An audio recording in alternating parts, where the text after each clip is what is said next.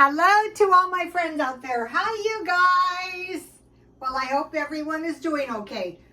Okay, this video is what I noticed about food storage for war, extreme thriftiness, and will smart cities work? Okay, so I was searching around doing what if we had a war? You know, what should have the Ukrainians done? And here's what I came up with. Store water for sure. Store food off the ground. But what I noticed is the food that you stockpile for war is exactly the same as the food banks and pantries give you, which makes sense. You don't have any food. It's a emergency of sorts at your house. So they said canned meat, fruit and vegetable can and can opener. So I think it's about 2 years ago, I started stockpiling a majority of cans, protein or fruit bars or energy bars. Okay, I've never really stockpiled like fruit bars because I really don't eat them, because like I always thought sending your kid to school with an energy bar and a yogurt was a bad strategy. I thought a meat and cheese sandwich was a better idea, but they suggest protein or fruit bars, and they're everywhere, and they're not cheap either. But if you can get them 50 cents per bar, that's a good price. So I might pick some. Dry cereal or granola, peanut butter, dry fruit, canned juices, non-perishable milk, soup, oatmeal, pasta, rice, waxed cheese, coffee, honey, and beans. So that is exactly what you get if you noticed. And I posted on my Twitter two good videos. One, what I got the time I went to the food, I think it was the food bank. And then another lady that I follow, she has some really good videos. Let's see, what is this lady? I have a terrible, terrible memory, as you all know. Oh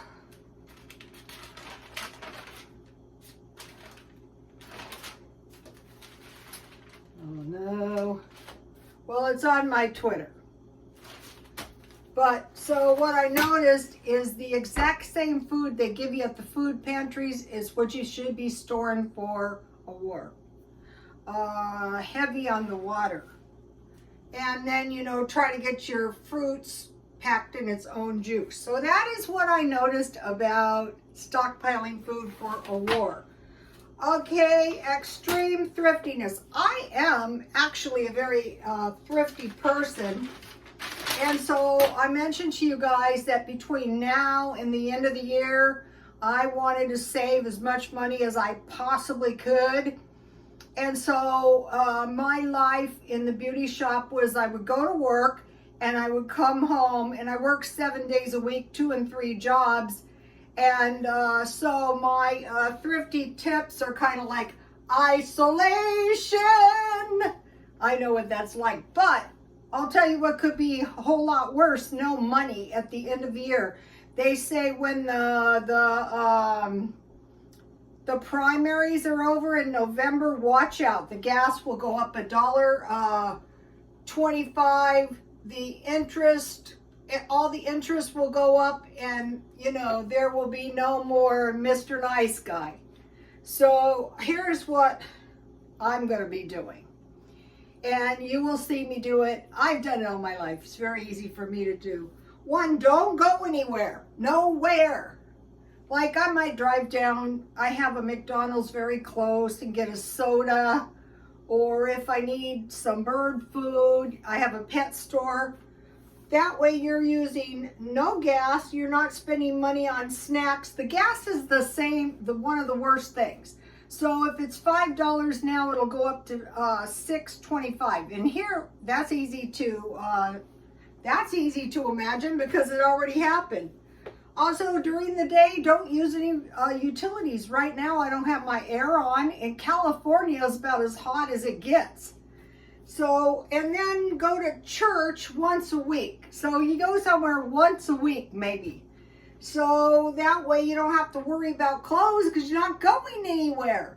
So you might be thinking, well, I can't live that way. I do not want to be dead broke. I would rather be isolated in my house. Reading books or listening to audiobooks. I'll listen to Super Soldier Talk. It's on my Twitter. I love it. Stuff like Mars, 20 years and back, 40 years and I was all screwed up and I didn't know, but I had been taken in my sleep to Mars. I could listen to that stuff all day. Gardening, I'm going to be doing indoor gardening. Massive cleaning projects and organizing, including my car, which needs attention. Save everything usable or sell it. Walk, ride a bike, or take a bus. You know these people like that save $1 million by the time they're 30 and their only luxury is organic food? There's reasons why they don't have to work anymore. Locate the highest quality, lowest price meat and vegetables. And when you get your fresh food, cook it right away. I learned this on Super Soldier Talk. That's how the Dracos live so long. Fresh vegetables. Harvested and eaten, but that makes sense, 45 minutes. That makes a lot of sense because you're getting a lot of, I did something, I bought this salad tray and there was peas in there and I took the peas out and I put them in something and they were so much more delicious than frozen peas. So I'm going to be doing that. So you try this for say 1 day. So you can do it for 1 day. So even if you did it 1 day a week, then you try to go the weekend, then you try to go 3 days, and you're just doing a little bit at a time. I can do it forever. I did it forever already on my 40 years. I relate to the 20 years back. My life was it's like a blur. All I did was work.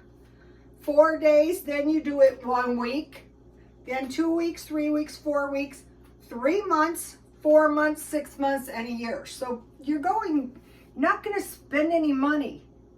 By the end of the year, you're going to have, especially if you have any kind of food storage, even if you don't, if you just like buy a little food, that you need and little else, by the end of the year, you're going to be doing pretty well. So that's my money. So you might go, you're worse than Dave Ramsey. Yeah, that's true. A lot worse. Okay, now, will smart cities work?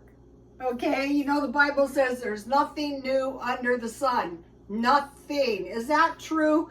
Yeah, that's pretty much true in my opinion. Genesis 4:11 and 12. Cain kills Abel. When you work the ground, it will no longer yield its crop to you. Why? For the shedding of innocent blood. So we're watching for this. The earth will not yield its crop to you. So these super cities are not exactly agricultural centers. So anytime we see mega cities, we think, the ground will no longer yield its crops to you. You're going to have to make computer chips. Okay, let's think back to the Tower of Babel. The Tower of Babel was a huge structure, like a city. And another thing, the Tower of Babel had also the element of giants. A lot of people go, there's no giants. I think there was giants, and so when the Tower of Babel was dispersed, so were the giants. But the giants turn up again. We'll get into that in a minute. So partly, aside from the fact that the destruction was to come from the heavens, maybe lightning, maybe storms, I don't know. It could have been that the people spent so many years in the building and construction of this structure that they no longer spoke the same language. But anyway, their language was confused, and so it didn't work, basically, and they dispersed all over the world. Because the tower, the giant city they lived in, was destroyed. Okay, the Egyptians. Now, these were giant cities, and what I think is we see evidence of the giants in the Egyptian culture. the people with the big, huge heads were born of giants. And if you think, how in the world did the pyramids happen? Well, probably the assistance of giants. A lot of Goliath was an actual giant. So eventually Egypt was conquered by the Romans. So they say now, if you see Egypt fall, get ready. That's really, really the end of time. But anyway, you know, the land of the Egyptians. Okay, now let's look at China. So, okay, so we go, okay, I know where we can look for a smart giant city, China. So right now they have the zero COVID policy, which has locked down 33 cities, 65 million people. So these mega cities have the capacity to control a gigantic population. That's the whole idea, right? So there was an earthquake and the people were prevented from leaving the building and possibly being, you know, killed. So we're watching China to see how these mega cities will these smart cities, mega cities work. So we've seen them since the beginning of time. So, you know, we see that they worked for a while, but then, you know, it wasn't so successful. Okay, large cities are usually built on the shores of water. So we see this with the R in the U country, and the R country has systematically occupied the cities on the waterways, and as many cities as they could grab. So now think about our cities, New York City, Los Angeles, Chicago on Lake Michigan.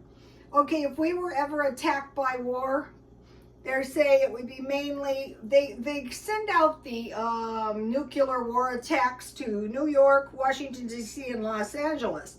But there's also Chicago, Miami, San Francisco, and Houston.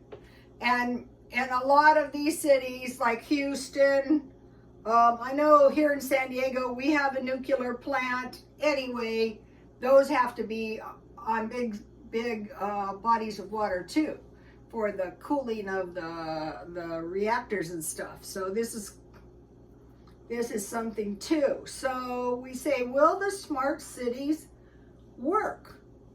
No. Historically, there's nothing new under the sun, and they did not work. They worked for a while. Also, if we go back to here, when you work the ground, it will no longer yield its crops to you. What is going to happen in a famine? Are you going to eat your gold? Are you going to manufacture some tasty chips? Not potato chips.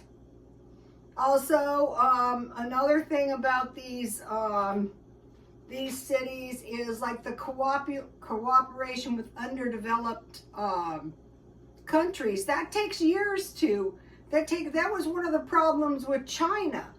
They tried to develop, but it was built on this faulty real estate. And so now, you know, we're watching to see what's going to happen. They have this massive population. So, and the 33 cities are not probably, this is another thing, you know, disease can run through these cities, all kinds of peril, all kinds of,